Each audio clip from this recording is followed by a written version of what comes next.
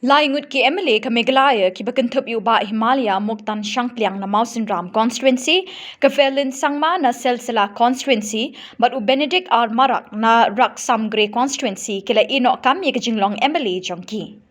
Kini ki laingut kila lit IT ye ka shithi ino kam na ka jinglong MLA hau shongknor ka ying dor bar thau anyu ba met ba lingdor ha ka arpu pratarik unaiwing arjar arpu ar. Habai kren ni kilat pathai khubor uba HM Shangpliang ulai thu babaro laingut kinnet yes no bat kaseng Bharatiya Janata Party bania kunye ke election hajar pulai na kaseng BJP. Ki khubor ki thu bakajing penkre ban pediang seng ye kini ki laingut kadang ya chaprang. Nadon kajing kermen ke bakrau ba upai ba jungi unong kendong baro kin kersan ya ke parti BJP namar balai yanga dei ki pajba jonga dei ki nong yalam jonga dei ki nong song senong jonga ki badan hapok ka Mausinram konsumsi ki baong hi dalade ba Shangpliang leit rumno ka parti BJP ondang akali ngong balai yok bang ilang ya ilat hai ya ki parti ki badan hapok ka jelanjongi isuryam tang jing kular nre umdan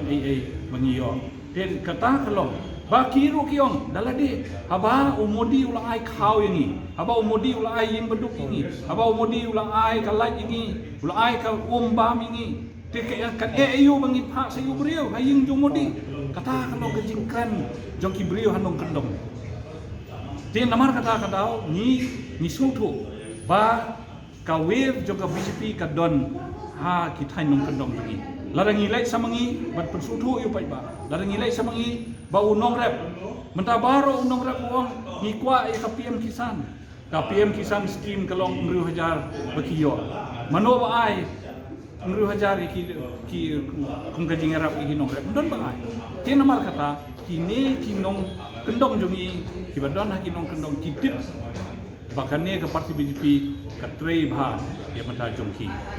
tin hang ta bang isaong bagi upai ba la sutu lupa ada stang kapor ba upai ba un simi karai bat un Punjab ya ke BJP bahkan syong sarkar bahkan thau sarkar akan ke jalan